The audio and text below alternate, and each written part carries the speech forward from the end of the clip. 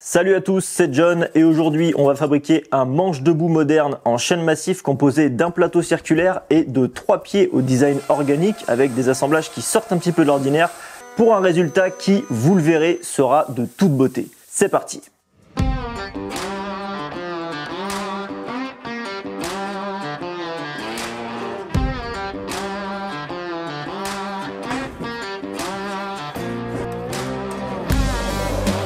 On commence la fabrication de ce projet avec, comme d'habitude, le débit du chêne massif et ce bois provient exactement de la même bille que celle que j'ai entamée pour fabriquer mon nouvel établi.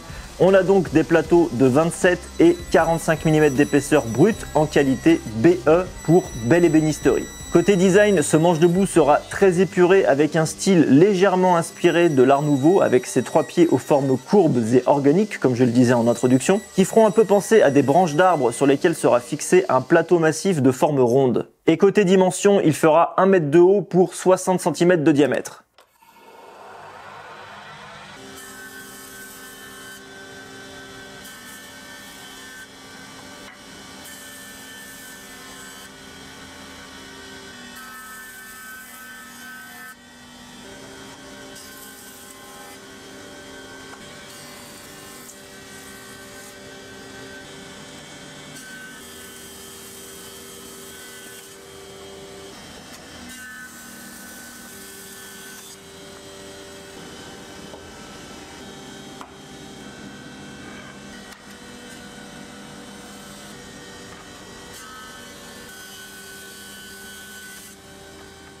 Une fois le corroyage terminé, je commence avec la préparation et le collage du plateau en veillant à bien respecter le sens des cernes et l'orientation des cœurs afin de maximiser la stabilité de ce dernier dans le temps. Pour faciliter le collage, j'usine quelques dominos à des emplacements stratégiques pour être sûr qu'aucun ne sera visible sur champ une fois la forme du plateau découpée, ce qui serait assez dommage puisque ça m'obligerait à refaire un plateau complet à partir de zéro. Faites très attention à ce genre de détails parce qu'on a vite fait de placer des dominos ou des lamellos de façon plus ou moins arbitraire et au moment de calibrer à la scie circulaire, on peut se retrouver avec une mauvaise surprise si on n'a pas anticipé.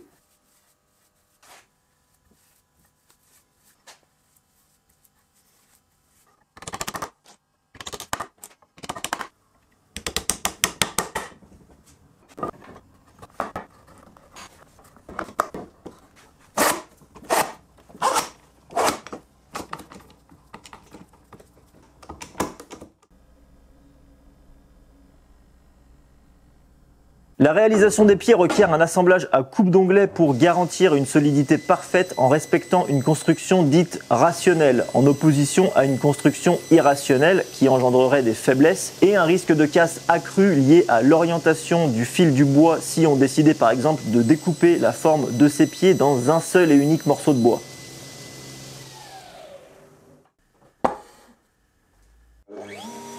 Pour ajouter un peu de solidité et de détail esthétique, j'ai décidé d'assembler ces fameuses pièces par le biais d'une fausse languette massive en chêne également. Et si c'était à refaire, j'aurais plutôt fait des languettes en noyer pour ajouter du contraste et les rendre plus visibles. Vous comprendrez pourquoi je dis ça en fin de vidéo. Le pointage machine doit être absolument parfait ici afin qu'il n'y ait aucun jour visible entre le fond des rainures et la fausse languette une fois assemblée. C'est en totale contradiction avec le principe qui veut qu'on laisse toujours un espace supplémentaire pour la colle, mais vu que dans notre cas cet assemblage sera visible, on ne veut évidemment pas avoir de trou, parce que le but c'est d'embellir le meuble, pas de le gâcher. Vous me direz peut-être, ah mais c'est pas bien grave, au pire on met un peu de pâte à bois, ni vu ni connu, et ça sera nickel. Alors comment vous dire, en ébénisterie, la pâte à bois ça n'existe pas. Soit le résultat est parfait, soit c'est à refaire, et c'est pas négociable. Dans le pire des cas, on peut faire une greffe ou un flippo, mais vous ne verrez jamais de pâte à bois dans un atelier d'ébénisterie digne de ce nom. C'est aussi ce qui fait la beauté et le prestige de ce métier d'après moi, tout comme la lutherie, qui est encore un niveau au-dessus en termes d'intransigeance et de niveau de détail.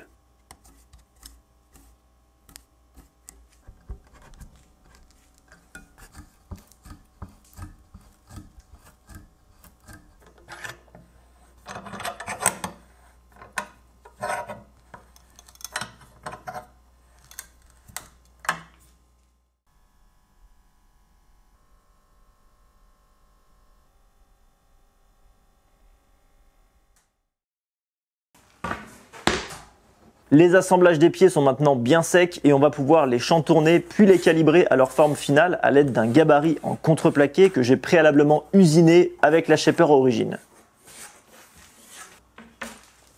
Je découpe donc grossièrement la forme à la scie sauteuse en laissant une surcote, puis je passe chaque pied à la défonceuse sous table avec une fraise à affleurer dont le roulement prendra appui contre mon gabarit. Cette technique toute bête permet de vous assurer d'obtenir 3 pieds rigoureusement identiques et cela peu importe leur forme.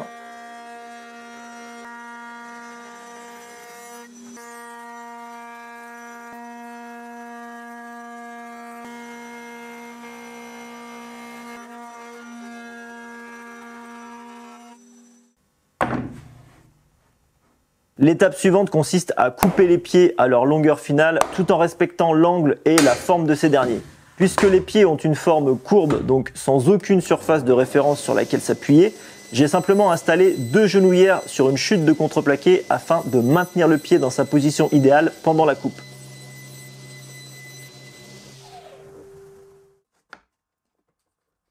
On enchaîne avec l'usinage des tenons en bout de pied et comme je le disais en début de vidéo, cet assemblage change de ce qu'on a l'habitude de voir puisqu'il s'agit déjà de tenons débouchants qui seront donc visibles sur le parement du plateau et puisqu'ils seront visibles, j'ai décidé de leur donner une forme arrondie en accord avec le design global de ce projet.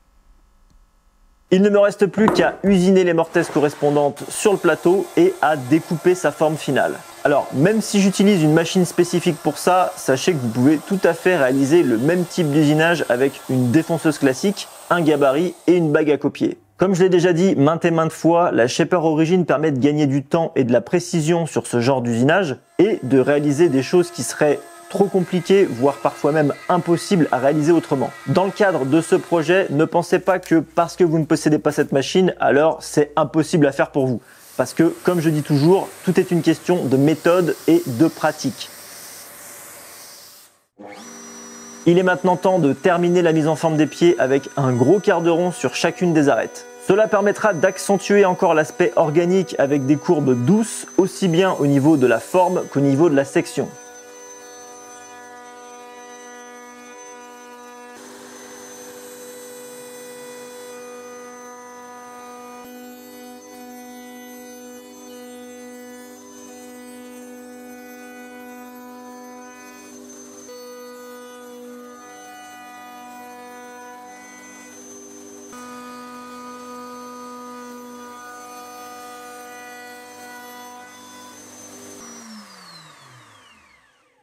Pour parfaire ces fameuses courbes, un gros travail de ponçage s'impose. Je tiens d'ailleurs à préciser que même si vous usinez un chanfrein tout bête, vous devez le poncer. On ne laisse jamais un usinage brut sans le poncer. Hors usinage structurel, bien évidemment.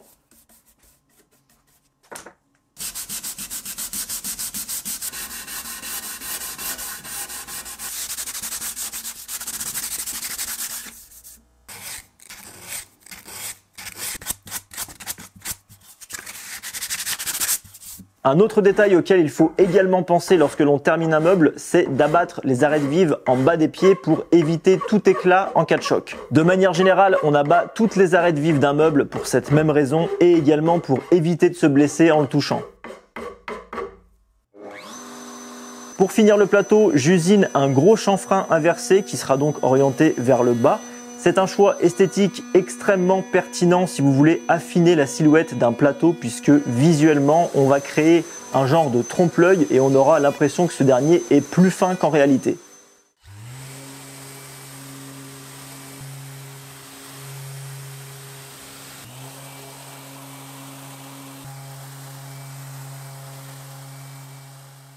Une fois le plateau soigneusement poncé, on peut enfin coller les pieds et vous allez voir que c'était un sacré challenge. La forme spécifique des pieds n'offrant absolument aucun point de serrage possible, j'ai décidé de serrer une cale de chaque côté des pieds avec des serre-joints afin de créer un point de serrage, puis d'y glisser un tasseau au travers sur lequel je pourrais placer 2 serre-joints et ainsi serrer les pieds convenablement. C'est d'après moi la solution la plus simple et la plus efficace, mais si vous avez d'autres solutions en tête, n'hésitez pas à les partager en commentaire.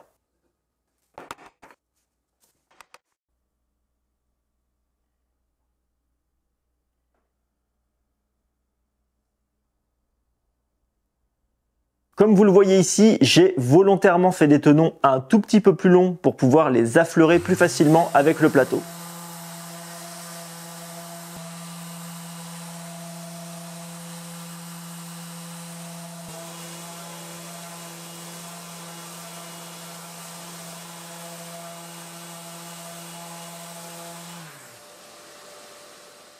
Pour la finition, j'ai choisi 2 huiles de la marque Osmo, donc l'huile cire dure originale transparente effet mat et la même chose en blanc, que je vais mélanger à hauteur de 5% de blanc seulement dans le but d'obtenir un rendu d'aspect bois brut.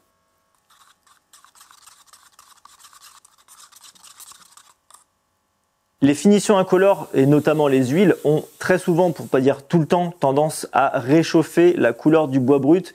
Et sur le chêne, on a souvent des rendus très jaunes d'aspect mielleux. Je suis pas super fan personnellement, mais après, chacun ses goûts.